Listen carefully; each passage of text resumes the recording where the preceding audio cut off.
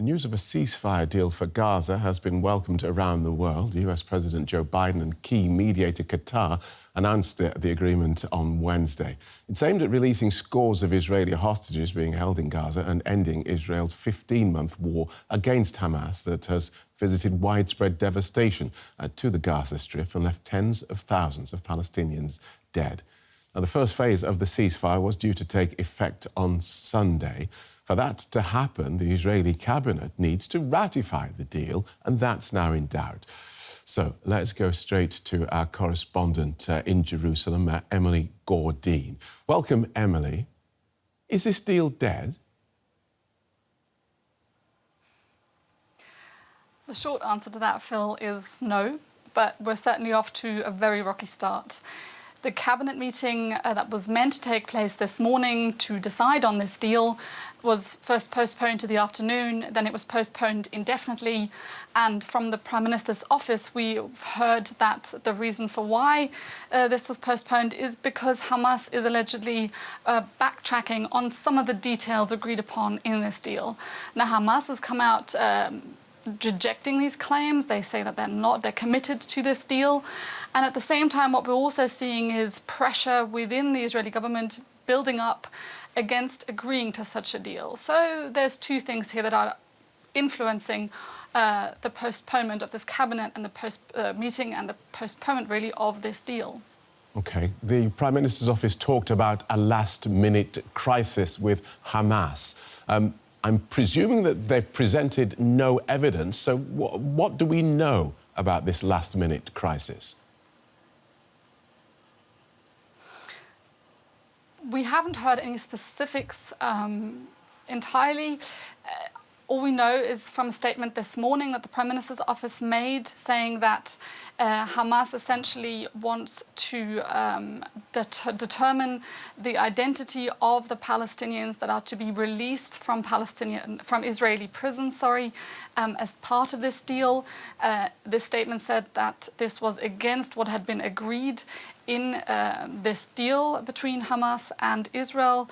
This is something that's for us very difficult to verify. All we know at this point is that Hamas is rejecting these claims. Mr. Netanyahu is leading a notoriously fractious government at the moment. How has this influenced the war and the efforts towards peace? Well, I mean, if you look at this deal, it's not very different to the one that was put on the table by the Biden administration 8 months ago. And we also have heard repeatedly over the course of this conflict, really, huge opposition from within Netanyahu's government, most notably from National Security Minister Itamar Ben-Gvir, but also from Finance Minister Bezalel Smotrich, that they do not want any ceasefire deal. They have ambitions themselves to resettle Gaza. So there's that aspect. And what we're seeing right now certainly is, again, this pressure not to agree to a deal building up. Bezalel Smotrich, the finance minister, and his party this morning, they have been deliberating on whether to remain in the government if a deal should be signed. Itamar Ben-Gvir, the national security minister, has also been saying over the last few days that this is a bad deal. He's been trying to convince Bezalel Smotrich essentially to band together and to threaten together to leave this government if a deal should be agreed upon, which puts a lot of pressure on Netanyahu, because what you need to know is that when it comes to this deal, he needs a majority in his cabinet. If Bezalel Smotrich, the finance minister, and National Security Minister Itamar Ben-Gvir vote against this deal, the deal can still go through. But if they decide to leave the government, then they lose their majority in the Knesset, in the Israeli parliament. And that's essentially when Benjamin Netanyahu would need somewhat of a safety net. That has been promised by the opposition, but it would only cover the ceasefire deal and not beyond that. So it would leave him essentially in the lurch. So we're now watching very carefully on what Bezalel Smotrich will come out saying after the end of these deliberations from this morning that started a few hours ago. Hamas says it's behind the deal that was announced. So who needs to do what next? Well, that is the very big question here. If you listen to what the Israeli side is saying, then it is up to Hamas to make these to take a step back from the changes that it wants now last minute. But if you look at what Hamas is saying, then according to them, they're following this deal. And if you listen to some of the critics in Israel, then it is really the Israeli government that needs to make up its mind over what it wants. And there the question particularly comes down to what do Finance Minister Bezalel Smotrich and his party, and what do Itamar Ben-Gvir, the National Security Minister, and his party, what do they want? And some would argue that now would not be the time for them to leave the government, simply because they have been hoping for a Trump presidency. They have big hopes in terms of him supporting their annexation plans when it comes to the occupied West Bank. And if they decide to leave the government, then they will basically be relinquishing any power that they will have over the course of the next few years. So it ultimately will have to see what happens next. And it's very difficult to say at this point who really is responsible for the kerfuffle that we're seeing over this deal now. But certainly it's going to stay interesting in the next couple of hours. OK, thank you for that, Emily. DW correspondent Emily Gordine in Jerusalem.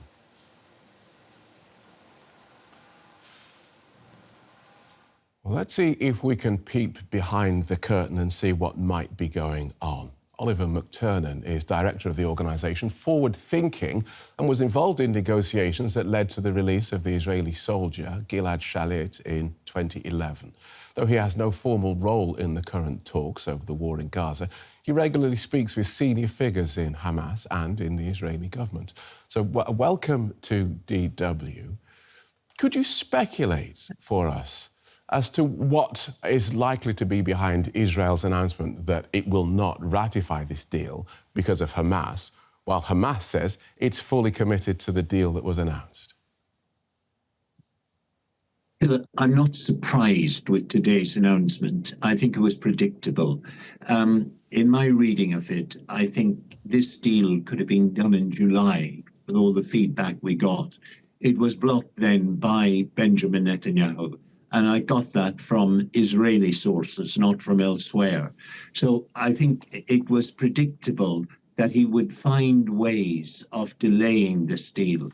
I think we're only where we are simply because of the Trump presidency.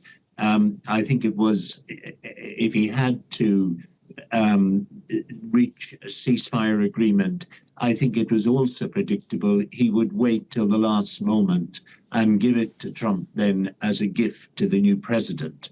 But what we've got to keep in mind is that all along it's been in his political interests to keep this war going.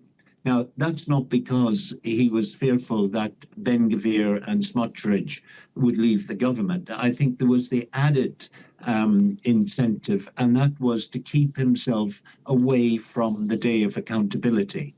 Because the moment we have a complete and permanent ceasefire, it's the day that Benjamin Netanyahu will come under scrutiny. Scrutiny why October the 7th was such a security lapse and what was his role in that. OK, so if you, and I appreciate that we're speculating, but if you are right, then people are dying because of political considerations while until a Trump presidency can be inaugurated and Mr. Netanyahu can marshal his own political forces, which sounds cynical. Well, I don't think it is cynical. I think it is the reality. I mean, even last night, I received from Gaza a video of the aftermath of an Israeli bombing in which 9 people, mainly children, were killed. A whole family was wiped out. It's tragic that we're talking about a truce, and that's what it is, because it's a temporary suspension of military operations by both sides. It's not a complete and permanent ceasefire immediately. We've got this drawn-out, prolonged process until we reach that. But all the time, innocent people are dying, as well as the hostages and their families are suffering. So, it isn't a good sign that we haven't immediately said this must be implemented immediately. I think it's not a good sign either that it's not a complete and permanent ceasefire that is being declared, but that we have this long, drawn-out process. It's full of risks of it breaking down.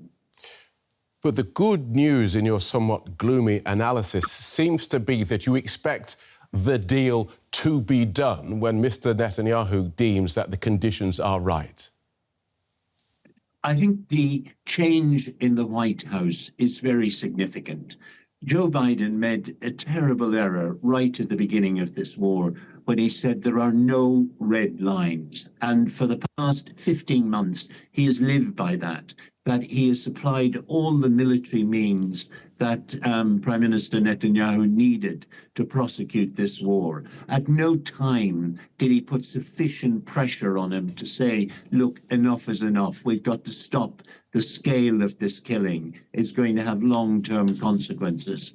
Trump, I think, is transactional. He's open. He's not interested, I think, in promoting principles, and I don't think any American president has been. It's always been a foreign policy dictated by their interests. But Trump is transparent about that and transactional. And I think he will want to pick up where he left off 4 years ago.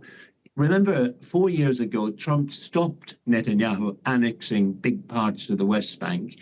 And as a sort of compensation, you might say, for him, political compensation, he brought the Abraham Accords to him.